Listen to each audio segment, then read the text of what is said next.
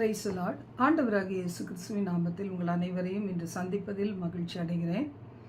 இந்த நாளிலே நாம் தேவனை பாடி ஆராதித்து ஒரு சிறிய வார்த்தையை, கர்த்தருடைய வார்த்தையை தியானிக்க போகிறோம்.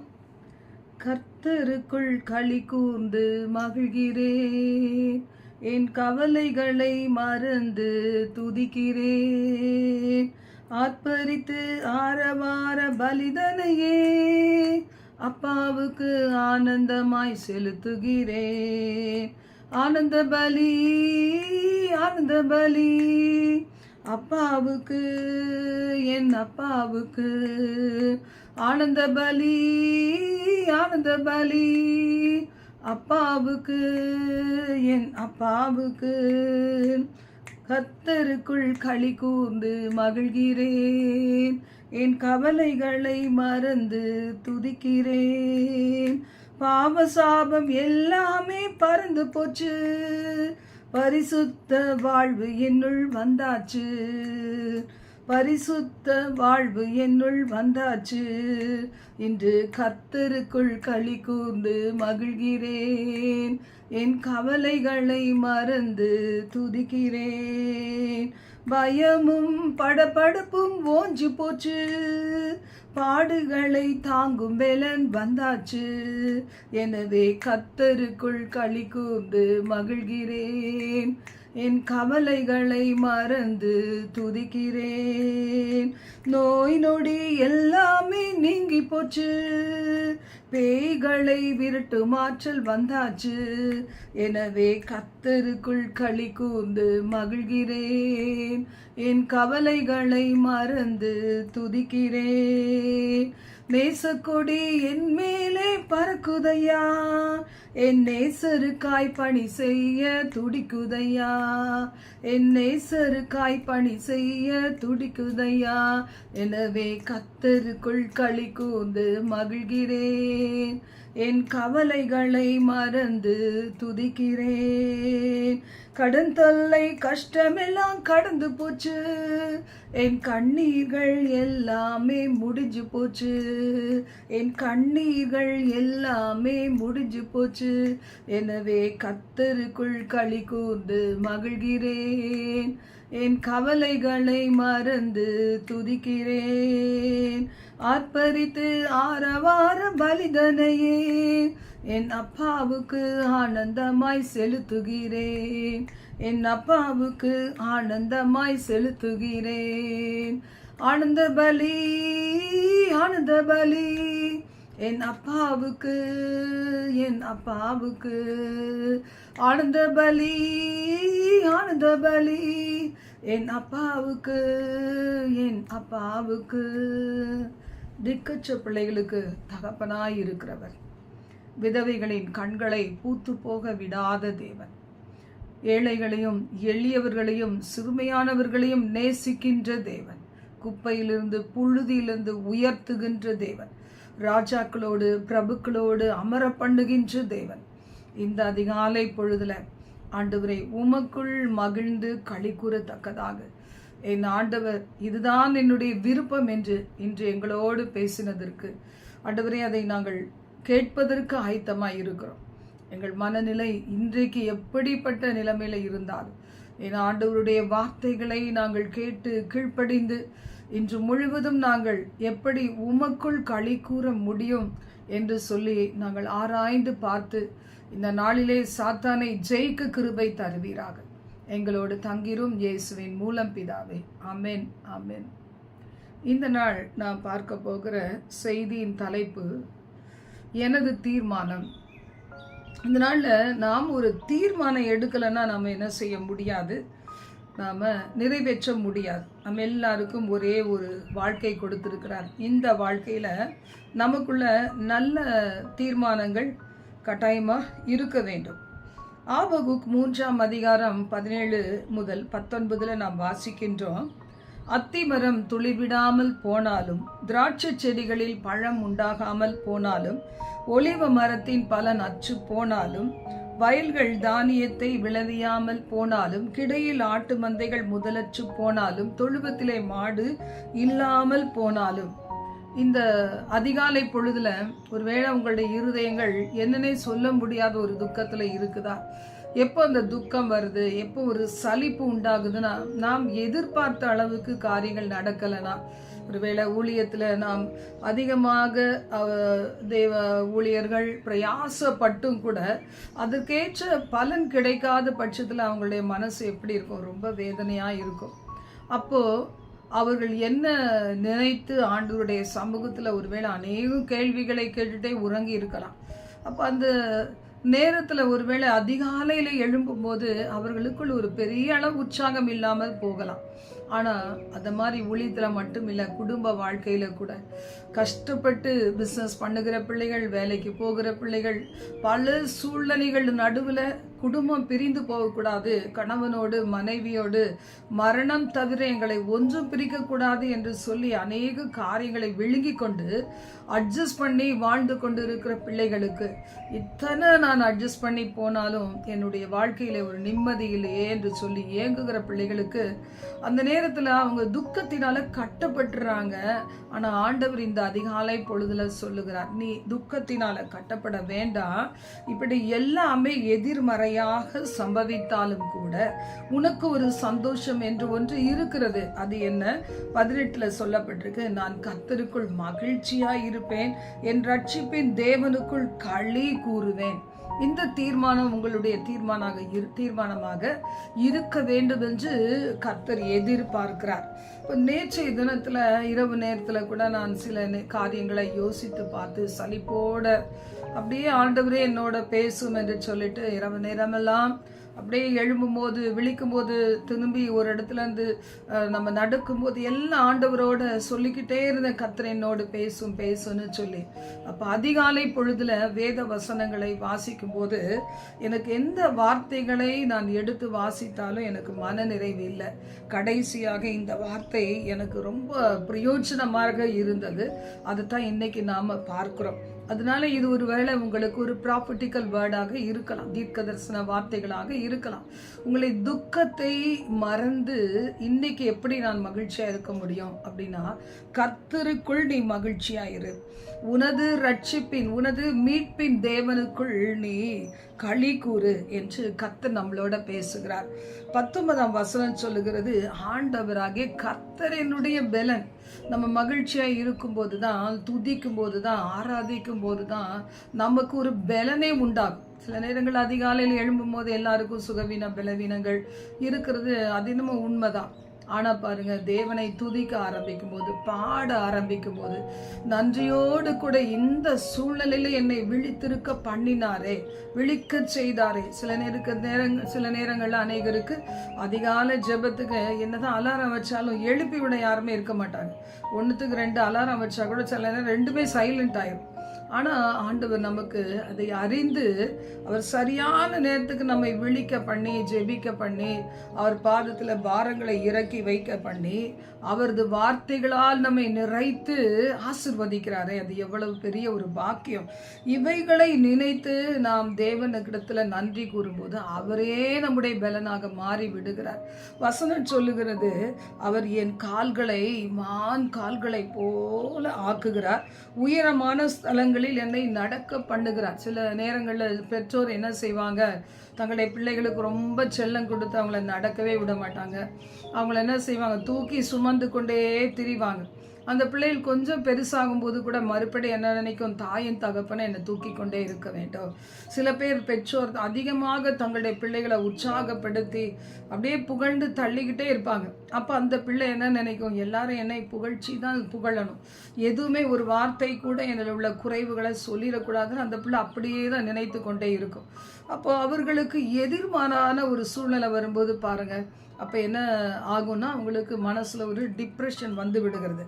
கர்த்தருடைய வார்த்தை என்ன சொல்லுகிறது, அவர் உன் கால்களை மான் கால்களை போல ஆக்குகிறார். அப்போ தேவன் கிட்ட அவரில் பாருங்கள், ஒரு தனிச்சு விடும்போது தான் அவங்க என்ன செய்வாங்க, நடக்க பழக்கிற பிள்ளைகளுக்கு தெரியும். தாய் தகப்பனோ இல்லை பெரியவங்களோ என்ன செய்வாங்க, அதை தனியாக விட்டுட்டு அப்படியே கைகளை பிடித்து கொள்ளுவாங்க. நான் பிடிச்சுக்கிறேன் நீ வா என்று சொல்லி அந்த கரங்களை அவங்கள விட்டு கொஞ்சம் கொஞ்சம் தூரமாய் போய் கரங்களை நீட்டும் போது அந்த பிள்ளை இப்போ நான் பிடிச்சிருவேன்னு சொல்லிட்டு என்ன செய்யும், கொஞ்சம் கொஞ்சமாக தள்ளி வரும். அப்போ அது நடக்க பழகிடும். அப்படிதான் ஆண்டவர் சொல்றார், உன் கால்களை மான் கால்களை போல ஆக்குகிறேன், உயரமான ஸ்தலங்களில் உன்னை நடக்க பண்ணுவேன் ஆண்டவர் சொல்லி இருக்கிறார். பாருங்க, இன்னைக்கு ஒரு முறை கீழே விழுந்தா கூட நமக்கு எப்படி இருக்கு, பல வருஷங்களாவது ஐயோ திரும்பி அந்த ஒரு இதை மறக்கிறதுக்கு. அப்போ சில நேரத்தில் பார்த்தீங்கன்னா டாக்டர்ஸ்ட்ட போனால் சொல்லுவாங்க, இது பேர் தான் ஆக்சிடெண்ட், ஏதோ ஆக்சிடெண்ட் ஆயிடுச்சு, ஏதோ ஒரு நீங்கள் உங்கள்கிட்ட ஒன்றும் மிஸ்டேக் இல்லை, ஏதோ ஒன்று நடந்துச்சு, அது பேர் தான் ஒரு விபத்து இல்லைன்னா ஆக்சிடென்ட்டு, இதை எதிர்பாராத சம்பவிக்கிறது, மறந்துருங்கன்னு சொல்லுவாங்க. சில நேரத்தில் நல்ல டாக்டர்ஸ் வந்தால் மறந்துருங்கன்னு சொல்லுவாங்க. மற்றவங்க என்ன செய்வாங்க, அதுக்கு ஏதாவது மெடிசன்ஸு நிறைய எழுதி கொடுப்பாங்க. ஆனால் சில நல்ல ஒரு மருத்துவர்கள் அவங்க கிட்ட அப்ரோச் பண்ணி வரும்போது சாதாரண ஒரு காரியமா முடிச்சிருவாங்க பாருங்க. அப்ப நமக்குள்ள ஒரு பெரிய நம்பிக்கை வரும். அப்படித்தான் ஆண்டவர் சொல்லுகிறார், உன் கால்களை மான் கால்களை போல மாற்றுகிறேன், உயரமா நீ குதித்து எழும்பும்படியாய் உன் கால்களை அப்படி நான் பலப்படுத்துகிறேன் என்று கர்த்தருடைய வார்த்தை சொல்லுகிறத நம்ம பார்க்கிறோம். இதுவரைக்கும் நம்ம ஏறியிராத உன்னதங்களிலே நம்மை கொண்டு செல்ல கர்த்தர் இன்னைக்கு சொல்லுகிறார், நீ எனக்குள்ளாக மகிழ்ச்சியா இருக்க தீர்மானே. இன்னைக்கு நம்ம அழுது கொண்டே இருந்தா யாராவது நம்முடைய வாழ்க்கையில கண்ணீரை துடைக்கவே மாட்டாங்க. மகிழ்ச்சியா இருந்தா எல்லாருக்கும் அந்த மகிழ்ச்சி ஒரு தொத்து வியாதியை போல அது பரவக்கூடியது. வசனம் சொல்லுது, எது நடக்குதோ இல்லையோ நான் என்ன செய்கிறேன், ஆண்டவருக்குள்ளாக நம்பிக்கையிலே சந்தோஷமா இருக்க தீர்மானிச்சேன் அப்படின்னு சொல்லி பாருங்க. நம்பிக்கை, நமக்கு நம்பிக்கை விசுவாசம் இது கொண்டு வருகிற அந்த சந்தோஷத்துக்கு நாம் முதலிடம் கொடுக்க வேண்டும். ஆண்டவர் சொன்னாரே வார்த்தை, ஒரு நாளில் நம்ம ஆதியில எவ்வளவு அன்பு வச்சிருந்தோம், அந்த அன்பு இன்னைக்கு குறைவுபட்டு போயிருக்குதே பாருங்க. அந்த அன்பு எப்படி இருந்துச்சு, ஒரு காட்டு வெள்ளம் போல இருந்தது ஆண்டவர் சமூகத்துல. ஏன்னா அது வரைக்கும் நாம் கண்டிராத ஒரு அன்பு, கண்டிராத ஒரு பாசம், அரவணைப்பு, சுகம். அவர் நமக்காக செய்கிற காரியங்கள் 1/2 மணி நேரம் என்ன கேட்டாலும் கர்த்தர் கொடுத்துருவார். நான் கூட படிச்சு முடிச்சு 15 நாள் தான் ஃபாஸ்டிங் இருந்தேன், ஒருவேளை தான் இருந்தேன். உடனே ஜாப் கிடைச்சிருச்சு. நான் நினைச்சேன் வேலை கிடைச்ச உடனே ஆண்டவருக்கு முதல் மாசம் சம்பளம் கொடுத்துடலாம், அப்போ கர்த்தர் நம்மளை விட்டுருவாருன்னு நினச்சிருந்தேன். ஆனால் ஆண்டவர் பார்த்தீங்கன்னா அவருக்கு பணமோ இல்லை தசம பாகமோ இதையோ கொடுத்து நம்ம என்ன செய்ய முடியாது, கர்த்தரை அட்ஜஸ்ட் பண்ணவே முடியாது. மனுஷர்களை அட்ஜஸ்ட் பண்ணிடலாம், தேவன் அட்ஜஸ்ட் பண்ண முடியாது. அவர் தனக்கென்று தெரிந்து கொண்டவர்களை எந்த பாதையில் நடத்தி ஆகிலும் அவருக்கு என்ன தீர்மானமோ அந்த இடத்துக்கு கொண்டு வந்து விடுவார். இப்போ இன்னைக்கு ஞானிகளை அவருடைய தந்திரத்திலே பிடிக்கிறவர் என்று நம்ம வேதத்தில் வாசிக்கிறோம். என்னுடைய பிள்ளைகளில் ஒரு மகனுக்கு மியூசிக் ரொம்ப பிடிக்கும். அதிக நாட்கள் அவன் எங்கேயுமே ஆலயத்துக்கு போகாமலே இருந்தான். நான் ஜெபிச்சுட்டே இருந்தேன். இந்த ஒரு வசனத்தை சொல்லி ஜெபித்தேன், ஞானிகளை அவர்களுடைய தந்திரத்தில் பிடிக்கிற ஆண்டவரே, அவனை எப்படியாவது ஒரு நல்ல ஒரு சபையை தேடி அவனை போக வைங்க. நான் சொல்லி பார்த்துட்டேன், அவன் அப்படியே இருதய கடினமாக இருக்கிறானே என்று சொல்லும்போது நான் கொஞ்சம் கூட நினைத்து பார்க்காத ஒரு நாளில் சொன்னால், நான் ஒரு சபைக்கு போகிறேன், நான் நிறையா மியூசிக்கல் இன்ஸ்ட்ருமெண்ட்டு வாசிப்பாங்க அப்படி சொல்லி. ஒருவேளை அவங்க ட்ரெஸ்ஸிங்ஸ் எப்படி இருக்கோ என்னமோ தெரியாது, நம்ம ஃபாரின் கண்ட்ரீஸில் அதெல்லாம் ஒன்றும் பார்க்க முடியல ரொம்ப. ஆனால் அவன் சொல்லும்போது அந்த வசனம் எனக்கு நினைவுக்கு வந்துச்சு. எவ்வளோ காலமாக இந்த ஒரு வார்த்தையை சொல்லி ஜெபித்தாயே, ஞானிகளை அவர்களுடைய தந்திரத்திலேயே பிடிக்கிறவர். அப்போ அந்த மாதிரி உன்னுடைய மகனை கூட அவனுடைய தந்திரத்திலே கொண்டு போய் அவனை நான் பிடிப்பேன். ஏன்னா அவன் ரொம்ப நல்லா மியூசிக் ப்ளே பண்ணுவான், கற்றுக் கொடுத்த உடனே அதை கேட்ச் பண்ணிக்குவான்.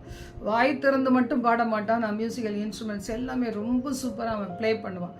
ஆனால் ஒரு காலத்தில் கர்த்தருக்காக இதெல்லாம் பிரயோஜனமாகும். அப்போ நான் விசுவாசிக்கிறேன். கர்த்தருடைய வார்த்தை சொல்லுகிறது, நீ நம்பிக்கையிலே சந்தோஷமாயிரும். 1 தெசலோனிக்கேயர் 5:16 முதல் 18 வாசிக்கிறோம். Rejoice always, pray without ceasing, give thanks in all circumstances. அப்போ அப்போ இது 3 சேர்ந்தாதான் நம்முடைய வாழ்க்கையில் பார்த்தீங்கன்னா பலன் உள்ளவர்களாக இருப்போம். மகிழ்ச்சியாக களி கூற வேண்டும், அப்புறம் இடைவிடாமல் ஜெபம் பண்ணணும், நம்பிக்கையோடு கூட எல்லா சூழ்நிலைகள் நடுவிலையும் ஆண்டவருக்கு நன்றி சொல்ல வேண்டும் அப்படின்னு சொல்லி, இது நமக்கு ஒரு ஆண்டவர் சொல்கிறாரு, இதுதான் என்னுடைய சித்தமாக இருக்குது உன்னை குறித்து. அப்போ நம்ம முக கவலையோடையும் பாரத்தோடையும் நடந்து முடிந்த காரியம், ஒருவேளை சில காரியங்கள் எல்லாம் ஏற்ற காலத்தில் ஏற்ற விதமாக கர்த்தர் செய்து முடிப்பார். ஆனால் நாம் என்ன நினைக்கிறோம், நான் எதிர்பார்த்தது போல நடக்கலையே. அப்படிதான் நிறைய தாய் தகப்பன்லாம் நினைப்பாங்க. நம்ம பிள்ளைகளை குறித்து அநேக கனவுகள் வச்சிருப்போம், இப்படிலாம் நடக்கணும் இப்படிலாம் நடக்கணும் என்று சொல்லி. ஆனால் அது நடக்காத பட்சத்தில் நம்ம என்ன செய்கிறோம், மிகவும் மனம் தளர்ந்து போகிறோம். ஆனால் தேவன் அவருடைய தீர்மானத்தின்படி அழைக்கப்பட்டதாய் அவரிடத்தில் அன்பு கூறலுக்கு சகலமும் நன்மைக்கு ஏதுவாக நடக்கிறது என்று அறிந்திருக்கிறோம். இப்போ அப்படித்தான் நம்ம புத்திக்கு எட்டாத காரியங்களை தேவன் செய்வார்.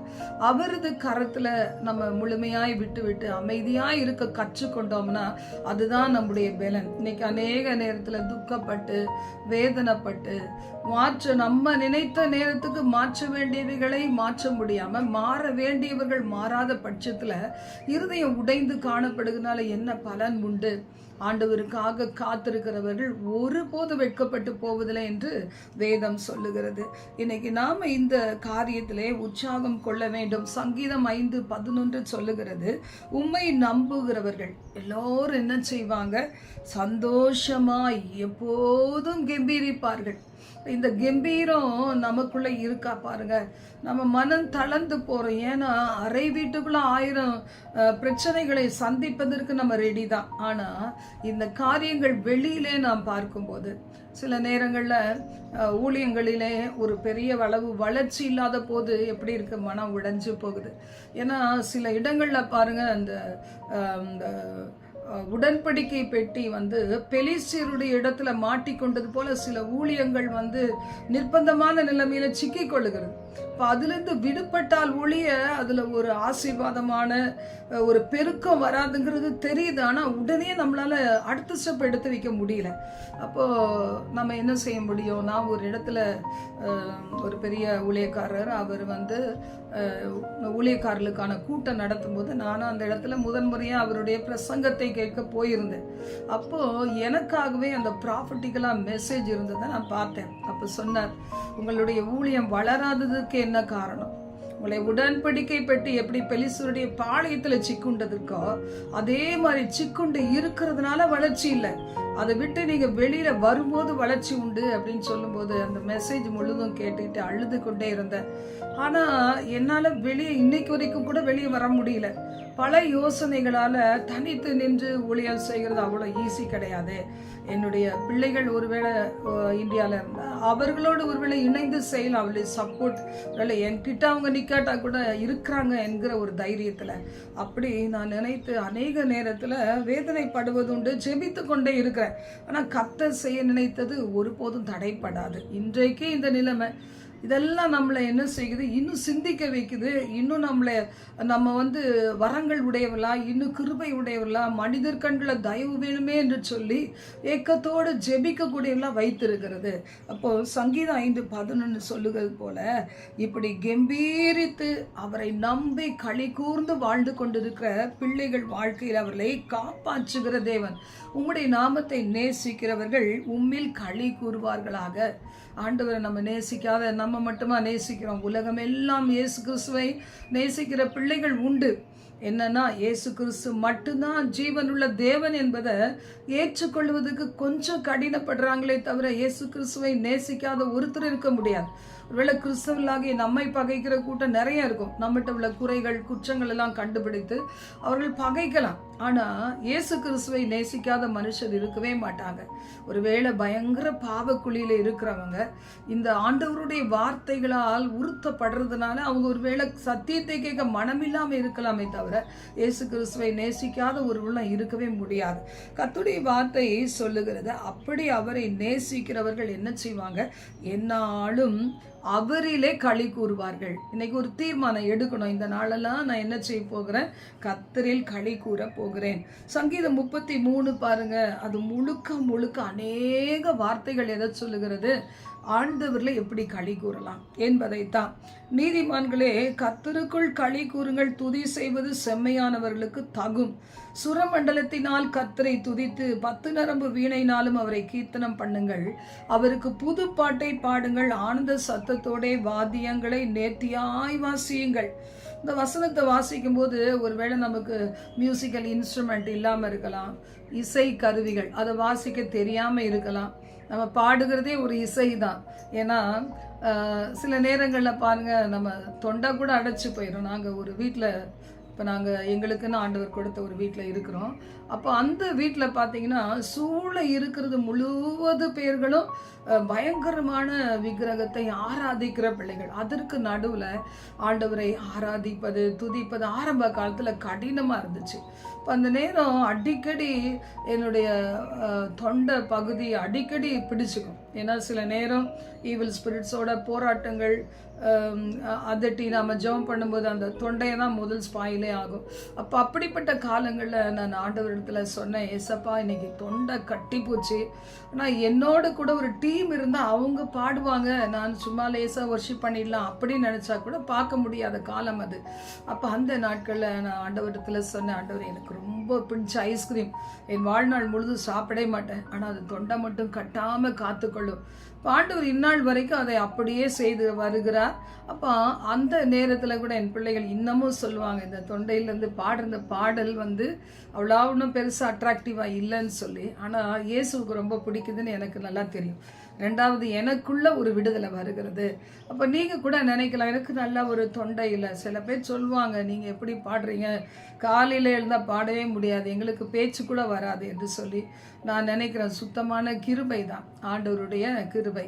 அப்போது தேவனுடைய பிள்ளைகளுக்கு சுரமண்டலம் வேணும், கீத வாத்தியங்கள் வேணும், அதெல்லாம் வேணும் இல்லை, ஆனால் ஆனந்தம் வேணும். ஆனந்த சத்தத்தோடு நான் பாட வேண்டும், துதிக்க வேண்டும், ஆராதிக்க வேண்டும் என்கிற மன விருப்பம் வேணும்.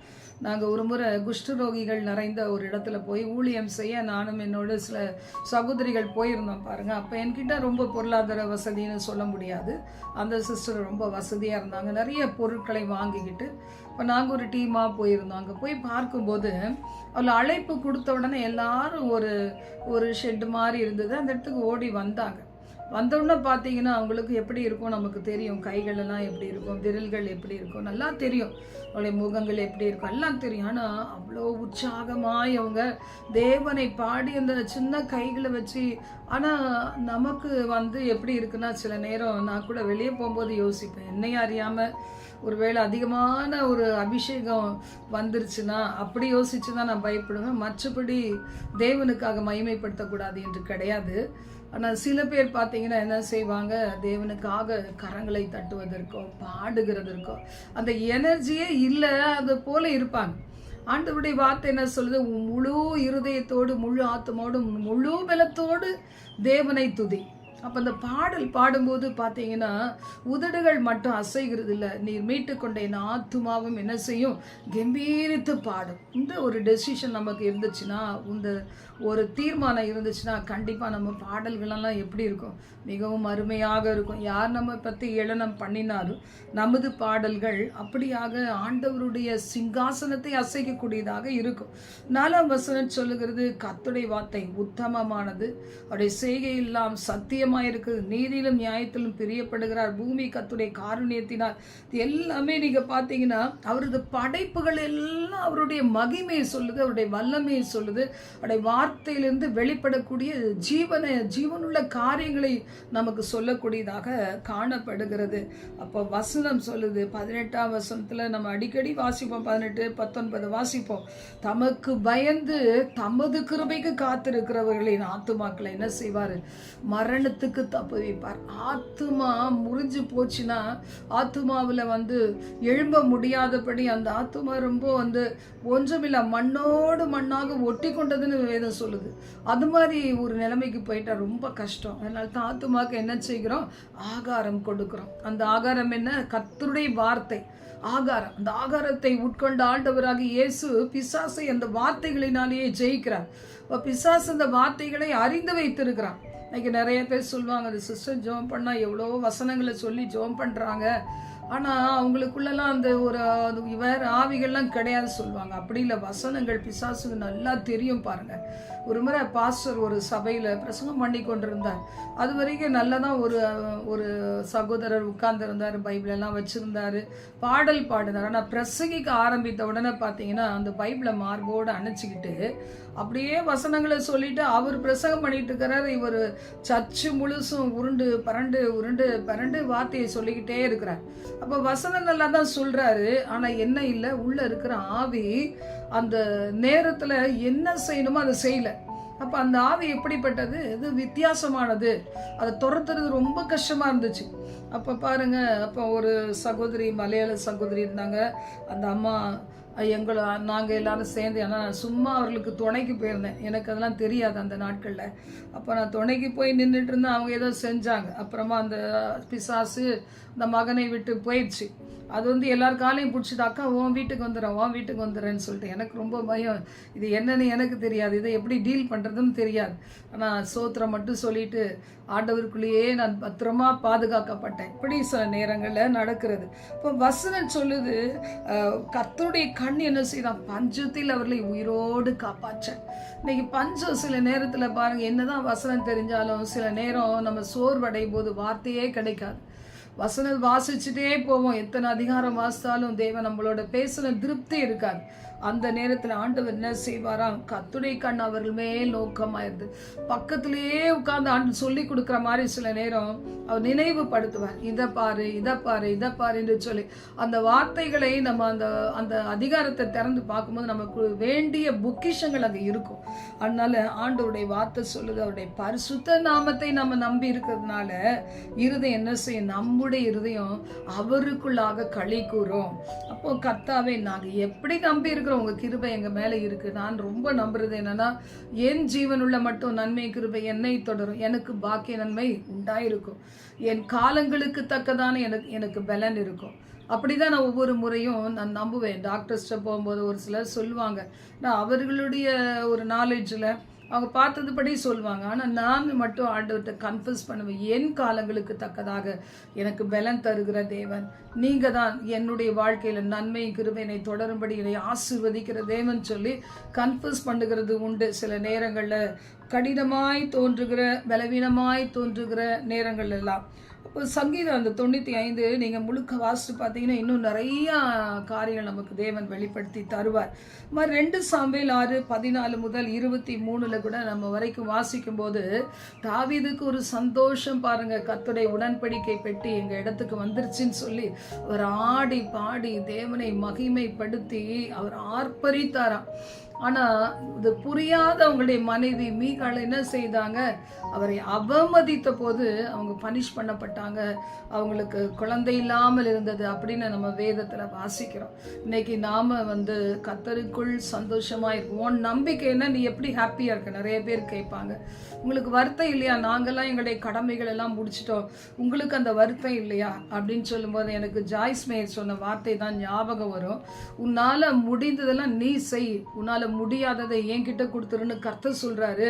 அதனால் என்னால் முடிந்ததை நான் செய்கிறேன், முடியாததை அவர் பாதத்தில் வச்சுட்டு தேவனுக்காக காத்திருக்கிறேன். அவர் அருமையாக செய்து முடிப்பாருங்கிற நம்பிக்கை எனக்கு உண்டுன்னு அந்த வார்த்தைகள் தான் என்னை உற்சாகப்படுத்தக்கூடியதாய் அடிக்கடி ஞாபகத்தில் வரும். அதுபோல் இன்றும் நீங்கள் ஒருவேளை கையாலாகாதவங்களா எல்லாம் சொல்லுவாங்க, கையாலாகாதவளா இருக்கிறா, உங்களுடைய ஜெபத்துக்கு எல்லாருக்கும் பதில் கிடைக்குது, உங்களுக்கு மட்டும்தான் ஜெபத்துக்கு பதில் கிடைக்கல நிறைய பேர் சொல்லியிருக்கிறாங்க. நானும் கூட அதை நினைத்து வேதனைப்பட்டது உண்டு. குறிப்பாக என் ஹஸ்பண்ட் கிட்னி ப்ராப்ளத்தில் கஷ்டப்படும் போது ஒரு 9 வருஷம் அவங்க டயாலிசிஸில் இருக்கும்போது கடைசி நேரத்துலலாம் ஹார்ட்டும் ப்ராப்ளம் ஆகிட்டு, முதலே இருந்தாலும் ஹார்ட் ப்ராப்ளம், அந்த ஸ்டண்ட்டை போட சொல்லி அந்த ஸ்டண்ட்டு போடும் முன்னாலேயும் வேதனை, ஸ்டண்ட்டு போட்டப்புறமும் வேதனை. அப்போ பாருங்க, ரொம்ப ரொம்ப அந்த துடித்த நேரத்துலலாம் நான் ஆண்டவர்கிட்ட எவ்வளோ அழுது இருக்கிறேன். எவ்வளோ பெரிய ஊழியக்காரெலாம் இருக்கிறாங்க, அவங்களால வேணா இதை ஓவர் கம் பண்ணியிருக்கலாம். ஆனால் என்னால் ஒன்றுமே முடியாது, எனக்கு ஒரு கிஃப்ட்டும் இல்லையே ஆண்டவரே அப்படின்னு சொல்லி நிறையா நான் அழுது ஜெபம் பண்ணியிருக்கிறேன். ஆனால் பார்த்தீங்களா, இப்படியெல்லாம் சில சம்பவங்கள் வரலாம். ஆனால் இதெல்லாம் நம்மால் முடியாத ஒரு காரியம். அவர் கையில் நம்ம ஒப்பு கொடுத்துட்டோம் அப்படின்னா ஆண்டவர் நேர்த்தியாய் நடத்தி எல்லாவற்றையும் செம்மையாய் நடத்துகிறார். அது அவர் கரத்தில் இருக்குது. நம்ம இப்படிதான் போஸ்ட் பண்ணுறதுக்கு முடியறது இல்லை. அது மாதிரி நம்முடைய காலங்கள் தேவ கரத்தில் இருக்குது. அந்த காலங்கள் வீண் போகாதபடி, கவலையிலையும் கண்ணீர்லையும் சுய பச்சாதாபத்திலையும் போகாதபடி, இன்னைக்கு நல்ல பலன் இருக்கும்போதே தேவனை மகிமைப்படுத்தணும், தேவனுக்காக உழைக்கணும், குடும்பத்தில் இருக்கிற பொறுப்புகளை எடுத்து செய்யணும். சில பேர் என்னுடைய பிள்ளை கொஞ்சம் பெருசாகிற வரைக்கும் நான் வேலைக்கு போனால் போதும் நினைப்பாங்க. அந்த பிள்ளைகளால் சிறுமைப்படாதபடிக்கு எத்தனை காலங்கள் உழைக்க முடியுதோ உழைக்கணும். அதுதான் ஒரு பெரிய ஒரு ஆசீர்வாதம். அப்போ பாருங்க, ஒரு வேளை உழைக்கிறதுக்கு எனக்கு ஒன்றுமே அறிவு இல்லை, ஞானம் இல்லை, பழக்கம் இல்லைன்னா தேவ சமூகத்தில் கர்த்தருக்காக ஏதாகிலும் செய்யலாம், கர்த்தருக்காக உழைக்கலாம். வேலையாள் தன் கூலிக்கு பாத்திரராக இருக்கிறான். எல்லாரும் ஒரு சின்ன சின்ன காரியங்கள் செஞ்சா கூட ஆண்டவர் அதை ரொம்ப பெருசா நினைப்பார். வசனம் சொல்லுதுல, என் நாமத்தை நிமித்தம் ஒரு தீர்க்கதரிசி ஏற்றுக்கொண்டா அதற்கேற்ற பலன். ஒரு தீர்க்கதரிசி என்று சொல்லி, ஒரு ஊழியக்காரர் என்று சொல்லி, எங்களை ஊழியத்துக்கு கொடுத்த அருமையான தாய் தகப்பன் போன்றவங்க, ஆவிக்குரிய தாய் ஆவிக்குரிய தகப்பன், அவங்களுடைய கரங்களை நீங்க தாங்கும் போது பாருங்க, அது உங்களுக்கு மிகுந்த ஆசீர்வாதத்தை தரும். நான் அநேக காலங்கள் அநேக ஊழியர்களுக்கு கிட்ட அவர்களுக்கு அடியில் நான் வேலை ஆண்டவருக்கு ஊழியம் செஞ்சுருக்கிறேன். ஆனால் அந்த ஊழியங்கள் ஒரு நாள் வீண் போகவே இல்லை. ஒவ்வொரு காரியங்களும் எனக்கு இன்னும் அதிகமான கிருபைகளையும் வரங்களையும் கொடுத்து கொண்டே இருந்தது. அது இந்த நாட்களில் வெளிப்படுவது போல நீங்கள் உங்களுடைய கொடுத்த ஒரு ஊழியக்காரனுக்காகவோ, சுவிசேஷ செய்கிற ஊழிய செய்கிற மிஷனரிகளுக்காகவோ நீங்கள் ஜெபிக்கிறதோ கொடுக்கிறதோ எது நீங்கள் செய்கிறீங்களோ அதுக்கு தேவன் பலன் கொடுப்பார். அதனால் இந்த நாள் நம்ம கொடுக்கும் போது இருக்கிற சந்தோஷம் எவ்வளவு அதிகம். ஆண்டவர் எதுக்கு தான் நம்மளை ஆசீர்வதிக்கிறார்? பிறருக்கு கொடுக்க தான் ஆசீர்வதிக்கிறார். அதை சின்ன குழந்தைகளுக்கே சொல்லி கொடுக்கணும். இன்னைக்கு சின்ன குழந்தையில என்ன ஒரு குணம் இருக்குதோ, என்னுடைய 3 பிள்ளைகளும் சிறிய வயதுலேருந்தே கொடுக்குற ஒரு குணம் அவங்களுக்கு இருந்துச்சு. இனி எங்களுடைய சொந்தத்தில் இருக்கிற பிள்ளைகள் பார்த்தீங்கன்னா கொடுக்க மாட்டாங்க, அவங்களுக்கு வாங்க மட்டும்தான் தெரியும். இன்றைக்கும் அப்படி தான் இருக்கிறாங்கன்னு நான் நினைக்கிறேன். ஆனால் கொடுக்க பழகுற பிள்ளைகள் கொடுத்து கொண்டே இருப்பாங்க. எங்கள் அம்மாவுடைய அம்மா கொடுத்து கொண்டே இருப்பாங்க. அவங்கக்கிட்ட என்ன இருக்குதோ அதை மனப்பூர்வமாய் மறக்கவே முடியாது. அவங்ககிட்ட ஒரு நல்ல சில சுபாவங்கள் நினச்சி பார்க்குறோம். மற்றபடி அவங்களை நினைத்து வாழ்கிறது கிடையாது. பரலோக ராஜ்யத்தில் அவர்களை தேவன் அருமையாய் வைத்திருக்கிறார். மரித்து போனவர்களை நினைக்கணும்னு இல்லை, அவரத்தில் நல்ல சுபாவங்களில் ஒரு சில காரியங்களை யோசிக்கிறோம், அவ்வளோதான். பிரதர் தினகரனுடைய பாடல்கள், அவருடைய மெசேஜஸ் இன்றைக்கும் நான் அதிகமாக கேட்பேன். எவ்வளவு ஒரு ஆறுதல், அதிலேயே வல்லமை உள்ளதாக இருக்கிறது. அவர் மறிச்சு எவ்வளோ காலங்கள் ஆயிடுச்சு. ஆனாலும் அது போல் இன்னைக்கு நம்ம வாழ்க்கை இருக்கணும்னு நம்ம வாஞ்சிக்கணும். இந்த உலக வாழ்க்கை ஏதோ உலகத்தில் வாழ்ந்த எல்லாரும் மாதிரி வாழ்ந்தோம், மறிச்சோம், ஏதோ பரலோகத்துக்கு போனோம் என்பது இல்லை. நாம் ஒரு சாதனை செய்து இந்த உலக வாழ்க்கையில் கர்த்தருக்காக அருமையாய் வாழ்ந்து முடித்து நித்திய ராஜ்யத்துக்கு நம்பிக்கையோடு கடந்து செல்ல வேண்டும். கர்த்தர் அப்படிப்பட்ட ஒரு பாக்கியத்தை தரணும்னா ஒவ்வொரு நாளும் நம்ம தேவனுக்குள் களி கூறுவோம். உலகத்தில் யார் என்ன சொன்னாலும் அந்த வார்த்தைகளால் பாதிக்கப்படாதபடிக்கு நாம் நம்பி இருக்கிற அந்த நம்பிக்கை, கிருபை, இதை குறித்த நம்பிக்கை வாழ்நாளெல்லாம் தொடரும்படி இன்று தீர்மானம் செய்வோம். கர்த்தருக்குள் களி கூறுவோம். பெரிய பெரிய நன்மைகள் இன்று உங்களுக்காக தேவன் வைத்திருக்கதை நீங்கள் அனுபவிக்க கர்த்தர் கிருபை தருவாராக. ஜெபம் பண்ணலாம். எங்கள் பரலோக தேவன், இந்த வார்த்தை கேட்ட தமது பிள்ளைகள் ஒவ்வொருவரையும் ஆசீர்வதியும். வலது கரத்திலே தீர்க்காயுசும், இடது கரத்திலே செல்வம், கனம், மகிமை உண்டு, ஞானம் உண்டு, புத்தி, அறிவு எல்லாம் உமக்குள் உண்டு. நிறைவாக எங்களுக்கு கொடுப்பீராக. எல்லா ஆண்டவரே இருதயத்தின் ஆழத்தில், சிந்தனையின் ஆழங்களில் இருக்கிற ரணங்களை ஆற்றுவீராக. கீழையாத்தின் பிசின் தைலமாய் ஆண்டவரே உம்முடைய வல்லமை, உம்முடைய அபிஷேகம் இறங்குவதாக. மென்மையானவரே உள்ளத்தின் காயங்களை ஆற்றி இவைகளை மேற்கொண்டு தேவனை இன்று துதித்து துதித்து ஆராதித்து தங்கள் வாழ்க்கையில மூடப்பட்ட கதவுகள் திறக்கப்படுகிறதை உடைய ஜனங்களுடைய கண்கள் காண ஆசீர்வாதங்களை கொடுக்க அவர்கள் ஆண்டவரே கர்த்தருக்காக விடுதலையாக்கப்பட்ட பிள்ளைகளாய் அநேகரை கிறிஸ்துவுக்குள் நடத்த, அநேகரை ஆசிர்வதிக்கும் கருவிகளாக பயன்படுத்த ஜெபிக்கிறேன். பாதுகாத்துக் கொள்ளுங்க, வழி நடத்துங்க, ஆசிர்வதிங்க. இயேசுவின் மூலம் பிதாவே, ஆமென்.